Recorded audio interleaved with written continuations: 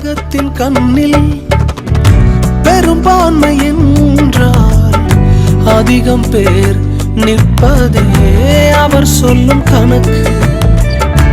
அப்பாவும் கண்ணில் தனி மனிதனாயினும் நீர்த்துணை நிற்பதால் பெரும்பான்மை எனக்கு.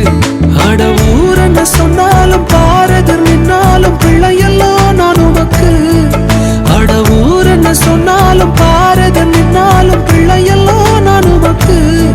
நிகரில்லாத தகப்பனுக்கு உயர் மலையோ சமவெளியோ